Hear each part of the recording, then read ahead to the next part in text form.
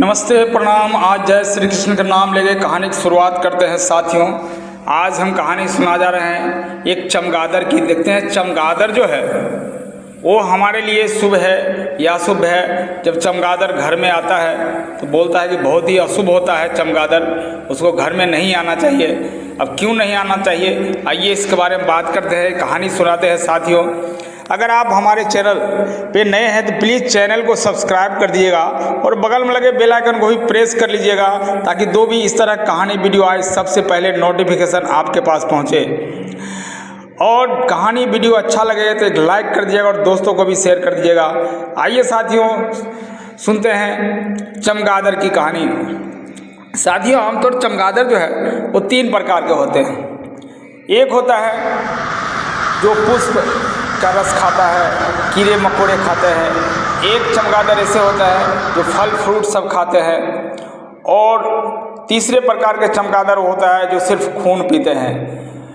ये चमगादड़ आमतौर पर इंसानों से दूर रहना पसंद करता है और दूर ही रहता है। कहीं देखिएगा कोई पहाड़ों पे या पुराना घर पे या कोई खंडहरों में, वहाँ पे रहना ये ज़्यादा पसंद करता है, ना कि इंसानों के बीच में। ये पक्षी में पहला एक ऐसा पक्षी है जो स्तनधारी प्राणी है, स्तनधारी पक्षी है, जिसका मुख जो है वो चूहे के जैसा रहता है। और ये दिन में नहीं निकलना पसंद करता है। आमतौर पर ये रात को निकलना पसंद करता है और रात में ही अपने भोजन के तलाश में घूमता है। और जब भी दिन भर देखिएगा ये किसी पेड़ के ऊपर उल्टा लटकेगा। और ये उल्टा क्यों लटकता है इसके बारे में भी बात करेंगे साथियों। कहा जाता है कि अगर दिन में अगर चमगादड़ आपके घर पे आए तो कहा जाता है अगर आ जाए चमगादड़, कुछ दिन ठहरे और चले जाए तो ये क्या होता है, चमगादड़ कीड़े मकोड़े ये सब को खा जाता है तो अच्छा रहता है। और होता क्या है, जब बार बार आपके घर पे आए, घर पर वो डेरा डाले, वहीं पे रहे, अगर ज़्यादा चमगादड़ तो क्या है आपके घर में जो है एक उसके जो रहने से उसके पंख से कुछ ऐसा बैक्टीरिया फैलता है जिससे मानव जीवन को थोड़ी बहुत हानि पहुंचाता है। इसके लिए लोग बोलता है कि चमगादड़ जो है घर पे नहीं आना चाहिए। और कहा जाता है, ये भी कहा जाता है कि उल्लू और चमगादड़, उल्लू को भी माता लक्ष्मी की सवारी माना जाता है और चमगादड़ को, दोनों में माता लक्ष्मी का वास है। और चमगादड़ जिस घर में आता बोलता माता लक्ष्मी आती है। लेकिन कुछ लोगों का ऐसा भावना है, ऐसा मानना है कि चमगादड़ हमारे लिए अशुभ है, चमगादड़ हमारे लिए ठीक नहीं है, चमगादड़ मानव के लिए ठीक नहीं है, मानव के लिए अशुभ होता है। लेकिन ऐसी बात नहीं है। अगर ज़्यादा दिन रहे तो उसके जो बैक्टीरिया है वो थोड़ा सा मानव जीवन को खतरा आता है, इसीलिए उससे दूर रहते हैं। आइए साथियों हम बात करते हैं कि चमगादड़ हमेशा उल्टा क्यों लटकता है। हमेशा उसको देखिएगा पेड़ पे उल्टा लटका हुआ, और वो दिन में कभी भी भोजन की तलाश में नहीं जाता है। जब देखिएगा तो रात में ही अपना भोजन के तलाश में निकलता है। तो आज इसी बारे में बात करेंगे। कहा जाता है पुराने ज़माने में एक जंगल में एक ऋषि रहा करते थे और ऋषि के आज का ये मानना था। और वो क्या करते थे ऋषि, भोजन जो बनाते थे सबसे पहले वो जंगल के पशु पक्षी को खिला देते थे, भोजन करा देते थे, तब खुद भोजन किया करते थे।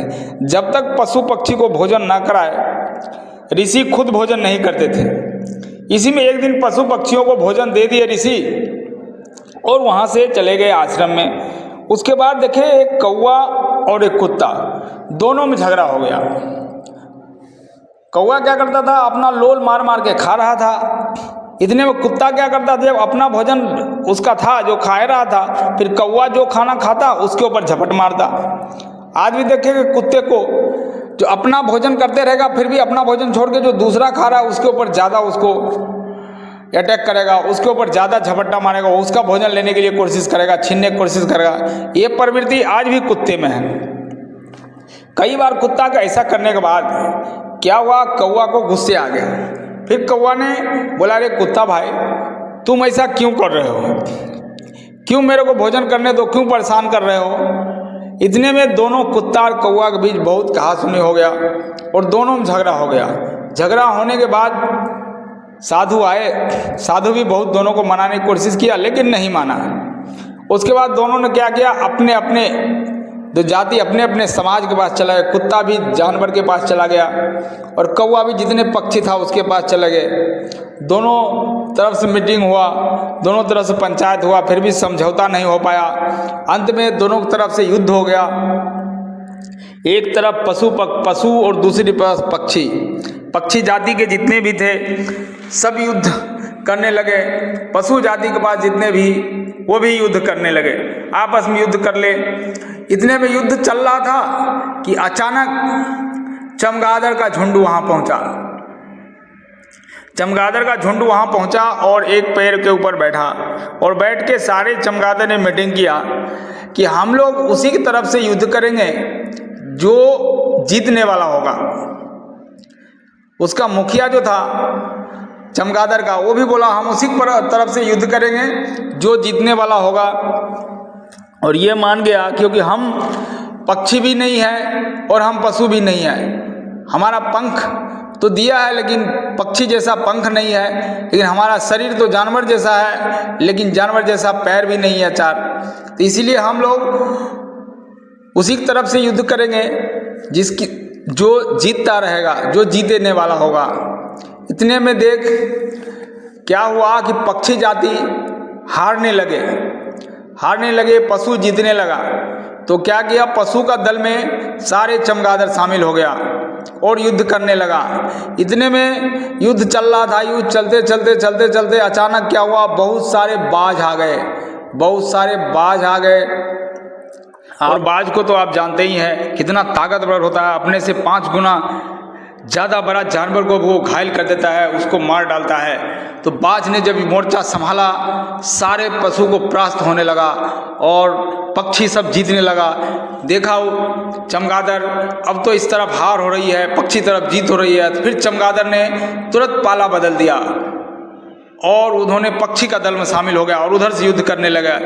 इतने में साधु आए, फिर जिस ऋषि को ने भोजन कराते थे पशु पक्षी को, उस ऋषि आए और दोनों तरफ से समझाए। बोले तुम लोग युद्ध कर रहे हो, एक एक करके दोनों तरफ से मरते ही जा रहे हो। बहुत समझाने के बाद दोनों तरफ से समझौता हो गया और समझौता के बाद ये निर्णय लिया गया कि हम लोग चमगादड़ को अपने दल में शामिल नहीं करेंगे, अपने समाज में शामिल नहीं करेंगे। पक्षी भी अपने समाज में शामिल करने से इनकार कर दिया और जानवर भी अपने समाज में शामिल करने से इनकार कर दिया। तत्पश्चात चमगादड़ ने ये निर्णय लिया कि हमको जब समाज में रखा ही नहीं है तो हम हमेशा उसका विरोध करेंगे। पक्षी जैसा रहेगा हम सीधा उसका उल्टा रहेंगे। आप देखेंगे डाल पर कि पक्षी सीधा बैठता है तो चमगादड़ उल्टा बैठता है। जहाँ पे पक्षी रहता है वहाँ चमगादड़ नहीं रहता है और जहाँ चमगादड़ रहता है वहाँ पक्षी नहीं रहता है। आप देखिएगा पक्षी दिन में उड़ता है, शाम होते ही अपने घोंसला में चला आता है, लेकिन चमगादड़ जो है वो दिन भर रहता है अपने घोंसला में और रात जब होता है तब वो उसमें भोजन की तलाश में चलता है और पूरी रात भोजन करके फिर सुबह होते होते अपने घोंसला में पहुंच जाता है। ये चमगादड़ एक ऐसे प्राणी है, कहा जाता है कि पक्षी में पहला है जो स्तनधारी प्राणी है और हमारे लिए बहुत ऐसे सीख भरी बात बताए हैं जो आपको बताया। चमगादड़ कहता है कि कभी भी डरना मत सीखिए, लड़ना सीखिए, अपने अधिकार के लिए लड़िए और ना ही ऐसा रास्ता ढूंढिए जो आपके लिए सीधा हो, आपको आगे बढ़ाए। साथियों ये कहानी कैसी लगी आप कमेंट्स करके ज़रूर बताइएगा। अगर आप हमारे चैनल है आपसे निवेदन है कि फिर से कहता हूँ कि सब्सक्राइब कर दीजिएगा और दोस्तों को भी शेयर कर दीजिएगा। जय हिंद, जय भारत।